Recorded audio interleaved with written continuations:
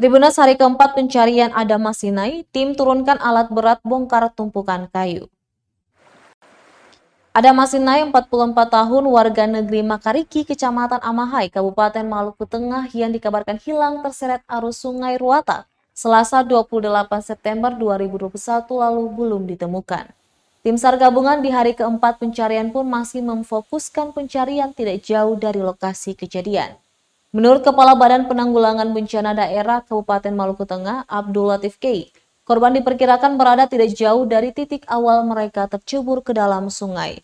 Hal itu berdasarkan keterangan saksi yang selamat dari kejadian tersebut. Tumpukan kayu di area sungai pun disisir tim SAR gabungan.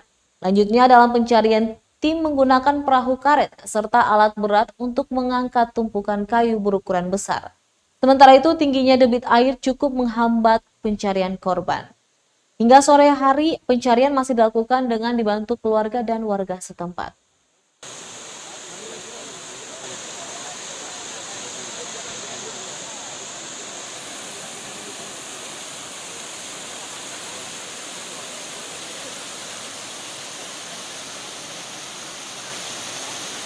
Tengah, dan kami bersama-sama dengan Basarnas dibantu oleh TNI Polri dan Polairut. Kita sama-sama terjun, sudah 2 hari bekerja dari pagi sampai malam, tapi sampai saat ini belum menemukan. Nah, hari ini tim berada di lapangan lagi dan dengan menggunakan satu alat berat, eskavator.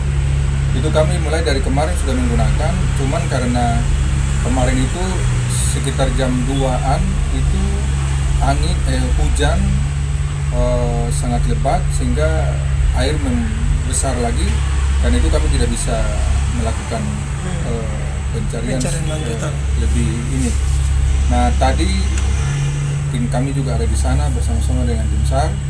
Lalu ada informasi yang disampaikan bahwa memang air sudah mulai reda dan sekarang alat berat sudah mulai beroperasi. Mudah-mudahan di titik itu, karena memang di titik itu ada semacam kolam yang dipenuhi oleh kayu-kayu bekas, tumpukan kayu bekas itu yang di bawah air, sehingga kami mencurigai bahwa yang bersangkutan ada di situ.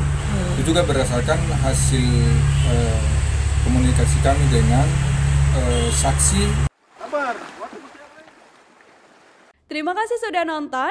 Jangan lupa like, subscribe, dan share ya.